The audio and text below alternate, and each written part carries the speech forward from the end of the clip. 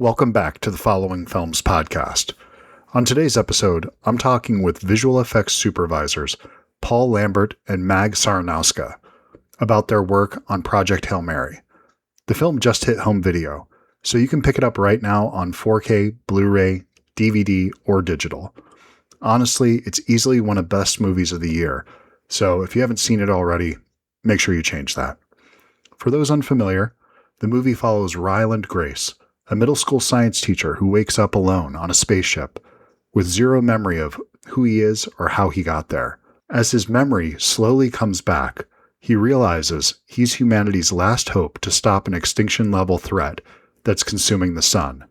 He has to rely on pure science, trial and error, and an unexpected partnership with an alien engineer named Rocky to figure out a way to save the Earth.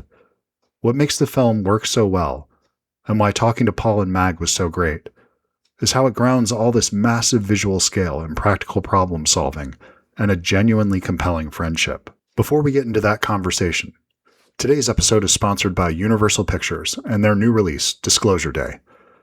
This one is also out now on 4K, Blu-ray, and DVD.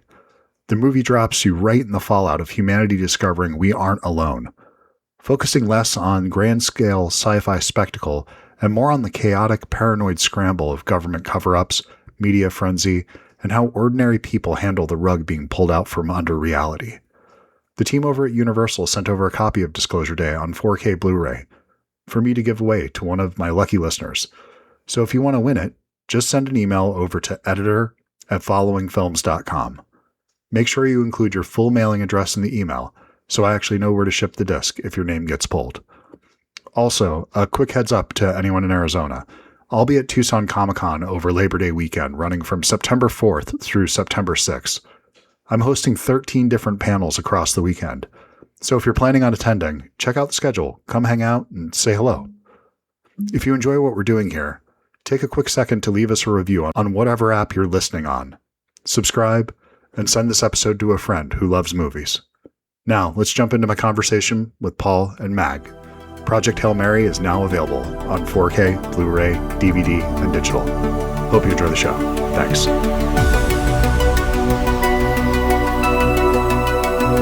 Hey, Paul. Hey, Mag. Thank you so much for taking the time to do this today. Thank you for having us. Oh my goodness. I really appreciate it because this is a rare opportunity to talk about a film that I feel like I don't have to do any table setting, that everybody's already seen at this point. I feel zero need to explain the movie that I'm talking about at this point, because if you haven't seen it, I highly recommend it. Just don't listen to anything I'm going to say for the next 15 minutes. Just go out and watch the film. It's all going to be spoilers. Exactly. Exactly. So to a highly specific first question, which I'm so happy I get to ask both of you about, is that VFX are best to me when they're invisible. I do love a movie that's just visually stunning and that just has a lot going on, but something where it can play into the narrative and play into the jokes of the film is something that's incredible. And one of my favorite jokes in Project Hail Mary is a visual effects joke where you have the two ships when they first meet each other and the trying to get the timing right of how they're, putting on the gas, putting on the brakes and going back and forth. There's that little bit of drift in between it, which how the hell did you guys pull that off? The actual drifting for that, because that's something that seems, if in my mind I were doing it, I would have made them stop on a clean spot. But of course, that's not how it would work. So you have to have that exact amount of drift to make it so that it works. And just can you talk about that specific scene? Because I love it. I'll go for it. That's your story. Basically, Chris, trial and error. That shot, we had so many iterations of that. Like basically, like we would do a little burst of like different versions, and it wasn't quite fitting. So then we would come back to it like in a few days while ILM worked on like other shots. But that was a very difficult timing to pull off. It was always, well, can we just try to offset it by 3 frames? Can we try to offset it by 1 frame? But obviously, when you talk like that, you have to see the visual. So that's why we like it. We iterated on that for weeks upon weeks upon weeks for that particular shot. And it's one of those things that it feels like you land on something. It's like good editing, where it's like there was only one way you could do it, and that was the way you landed on it. It just when it just feels right in the end. And I think that it goes unseen in a way where people don't recognize how difficult something like that would be. And I think that when you're really doing your job right, people don't know that your job was done. And I think you have a lot of moments here where people might assume that something's visual effects and it's not, because of the amount of puppeteering and these things that are in the film. So how was that, your roles, how were they defined in this as far as where you were picking up and where the practical was picking up? We always knew that, well, look, there were 5 puppeteers on set, right? Yeah. Those sets were tiny. They were really, it was hard at times to stuff 5 puppeteers in the ground to operate Rocky. So sometimes we had less. And that was where we knew that, you know, certain limbs would, like legs, would have to be added, or we knew that James wanted to create certain movement, but it was restricted by the amount of space. So he would talk to the directors and explain what he was envisioning, and that, you know, we had to take over in post. But that was pretty much, we got to the point where we were watching, all of us at the end, we were going through reels, and this is Paul, myself, Paul, Chris, and Phil, and we're like, is that puppeteers or is that CG? Like, we didn't know what was what at the end of it. We're like, yes, job well done. Mission Yeah, accomplished. If you can't tell, then my eyes definitely can't tell. Framestore did an amazing job in like doing the CG version of Rocky, and yeah. And that's the thing. I don't know where that is. And so then how are you collaborating with those practical teams and the people on set, and to make sure that what you're doing ties in with that in a seamless manner? We invited the Framestore animation director, supervisor, Aslan, to on set pretty early, so he and James can see what James is trying to show, like give as Rocky performance, and so that connection was made early. So we always had like a really good basis on what Rocky, the movement, the attitude, the character, and then Framestore, like Paul said, brought it, you know, that little extra, that whatever it was needed. But it wasn't. It was pretty. It was a pretty. It wasn't overpowering. Like, we didn't take over the entire performance. It was a nice balance, and I think this is why it worked so well. Yeah, like from the very outset, like it was always going to be about performance. So like it was always going to be performance, and like the directors are well known for allowing the actors to ad lib and to do like exceptionally big takes, and this was no different. So basically, like you actually had to be careful that like whenever you went off to the restroom and you left the studio, that like because they closed the doors when like the camera's rolling, you could get left outside, and I did actually do that, and like they would run a take for about 30 minutes, so like it's going backwards and forwards between Rocky and Ryan, or you know, just like trying out different ideas, and like we wouldn't cut the camera, so I'm kind of stuck outside, but like that's how they approached it. It was all about the performance, because look, we've all seen when like you have a CG creature, or like you have and basically an actor is performing up against a tennis ball, you know, Sure. that kind of thing. So like we desperately wanted to avoid anything like that. So like having James there with the puppets, and having all the puppeteers there, like, and just like Mag said, sometimes like we would cram 5 in there, but like sometimes we had to cram 3 only, and like 2 legs were missing.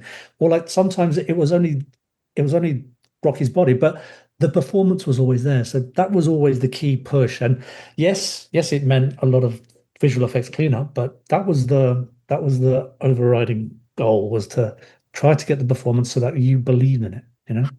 And what are the things that you're doing that's supporting that? And I mean, are you having to work with hair to kind of make movement in zero gravity and clothes and things like that afterwards to add to that? Or where does that kind of the small little detail stuff come in? Yeah, I think like my and my biggest concern in going into the movie wasn't Rocky, wasn't space, but it was actually zero G. It was actually trying to make a believable um, performance. And like Eunice, our stunt coordinator, did an amazing job with wires and a spin ring, and Ryan performed all of his own stunts. So again, a lot of cleanup, but like the small little details of like putting in, obviously removing the wire, removing the spin ring, and also to the director's credit, using the sections which actually work. Because obviously, when you do a big take, there are sections which just don't work, and there isn't Sure. anything that myself or Max could do to make that believable. Like the performance is the performance, right? So like adding all the little floating objects in there, that really helped, and also added to the comedy as well. Like when he's trying to get away from a rocky ship, Yeah. like, and like having all the pieces go one way, it kind of helped define which way the spaceship was going when you were inside. Well, it's kind of like this combination of 2001 and Alien, where 2001 made movement like this very precise ballet, and then Alien gave it this really, really lived in world that felt like, that these people were actually inhabited. And I think that you're somewhere in the middle in this one. And it's really, to me, it's the way that Ryan is able to be clumsy and bump into things in Mm. zero G. And it's comedic, but it feels so honest. It's, maybe after 20 years in space, you would have that fluid movement that Kubrick was showing. But, day one, most of us for quite a while are probably going to look like, as our protagonist here, instead of, kind of the anything that we saw in 2001. Yeah, yeah. So with the astrophage, that was something when you read it on the page and then you have to visualize that. Could you talk a little bit about that element of trying to make that work? Because if that doesn't land really, I think it's the moment that you have to build to the awe in that. And if you don't have that awe, which is hard to do in a visual effects film where you've had effects for this long to actually strike on into audiences as inundated with things as we are now, where we see visual masterpieces on streaming, but you did it. And it feels very simple, but you have that thing that we would have if we were in space, which you rarely see. I think most of the time when we show space, it feels like a given, and these people are not in awe and wonder of what they're witnessing, and you feel that. And a lot of that is the performance, but it's also the visualization that you're showing that you're earning his performance by what you're showing on the other side of that screen, if that makes sense. So could you talk a little bit about how that came together? With astrophage, there were many The parts of line. astrophage. I'm sorry. Yes, I'm not being clear. I'm being wait. Okay, so when you get to the end of it, when you have the line, I'm spacing the name of this now, that's going across the universe, and you can see Petrova. that. Yes, Petrova. there. Thank you. Yeah. So when they're So inside a patrol line. correct. Yes. So the basis of it was actually Greg, our DP, Greg Fraser, on set started experimenting. And I'll let Paul, because he tells that story way better. But we walked in on set one day, and there is this cage Chicken wire. with people Built chicken around, wire. and I'll let Paul take over because we were just standing going, "What's going on?" Yeah, basically, Greg had concocted this this area around Ryan, which basically we call the chicken wire set, which was basically like wire with like a whole bunch of LED lights on it, infrared LED lights.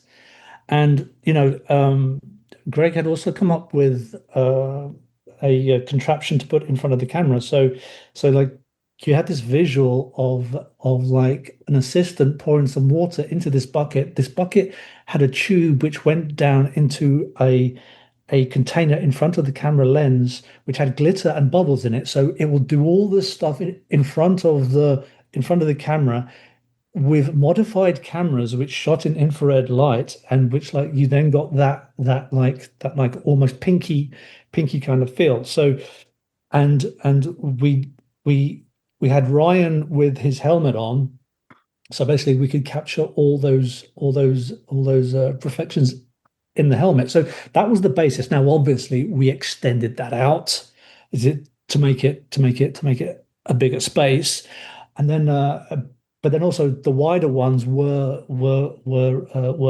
CG with like some stunt performances uh, by Ryan. But yeah, so the basis of that was a real. But the astrophage went from was you saw the astrophage in many Forms. different ways. Yeah, Yeah, the so little like black dots and then in space. yeah, And yeah. exactly. And Mags, you can talk about those that setup We with we actually wanted to, so directors wanted to do astrophage, the whole experiment where he's poking it and stuff. Yeah. They wanted to do it in camera, so we knew we have to come up with, well, we knew we have to come up with astrophage that look on like in pre-production, so it can be projected and shot as an in camera sort of effect. So we in the very early days, myself and the SFX team, we started experimenting, different looks and different things that could look good. And it was by chance that we just burn like a wire, what is it, wool wire. Oh, like the We steel burn it. wool. Firewall. Yeah, steel wool. So Firewall. we Yeah, yeah, burn yeah, it in yeah. slow motion. I quickly inverted and, just like sculpted a little. And I showed it to the directors as a concept of something. And Yeah. they're like, that's it. That's it. That's astrophage. And it's just like pure luck. So that was great. There was also the Petrova line. We were same experiment. We were doing experiments, and it was somebody was pointing something with a laser, and I was like, oh, let's get it in a tank and shoot laser down, and so we did like glitter, thick water, and just laser going down. We shot that at slow motion. And then we just did like a frame blending too, and the directors loved that too. So that's what projected on the Petrova scope. So it was Yeah, just like straight it onto was Ryan's a face. Yeah, lot so of that fun. was It was a yeah, lot of Ah, experimentation, yeah, but it yeah, came together. it's yeah. it's beautiful, and it's one of those things that it is that starting in the real world with something that's tactile and then extending that out and Oh, building on top of that, 100%. and that it's those are the types of things that become invisible, and that's just it's so these are really lo-fi answers in a way when you hear that like the logo for the thing was created with a fish tank and a garbage bag and burning that, and you're like, that's how you did. I would have spent $10 million trying to figure that out, and it's like this simplest answer in the world, and that I love that about this film, that it has all these lo-fi things that you could spend weeks trying to unpack and figure out. And it's why I've been so hesitant to put on the commentary track, because I love those guys that they're like too deeply entertaining men to listen to them talk, but I kind of want I don't want the mystery Yeah, broken some of the for me most necessarily. creative, yeah, some of the most creative people in the business is Phil and Chris. They're incredible, incredible creativity. They collaborate and they have such amazing eyes as well. So like it kept us on our toes, right, Max? Yes. to make sure to make sure that everything and like you touched on something where like where like we always try to approach our like visual effects as like something which like starts with something practical. It's not just all right, we're going to jump into this and it's going to be all CG. It's Yeah. something which like we don't do. It's and that there means a lot of conversations on set. And myself and Mags were on the movie for about 2.5 years. So and like we were there on set every single day. Wow. It and like we watch everything because like we do this to make sure that we are successful in post. If we see something which isn't going to work, we call it out. We talk to the directors. We advise.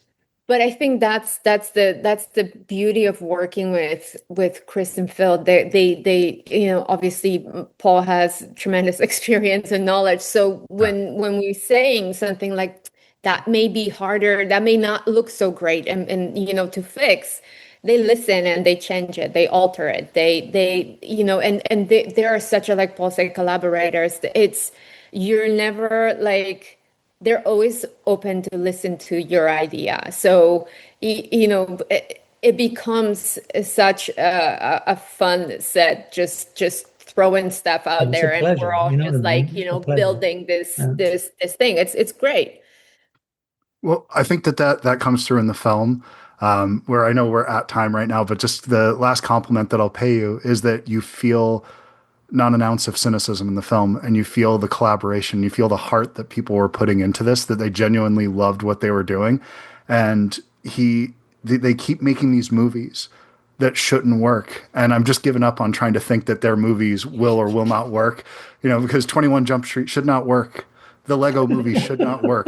The Martian 2.0, which is what I thought that Project Hail Mary was going to be, should not work. But every one of Yeah. these things, they keep proving me wrong. So I don't know shit. And I love not knowing anything. Yeah. So, Amazing directors, honestly. yeah. Amazing directors.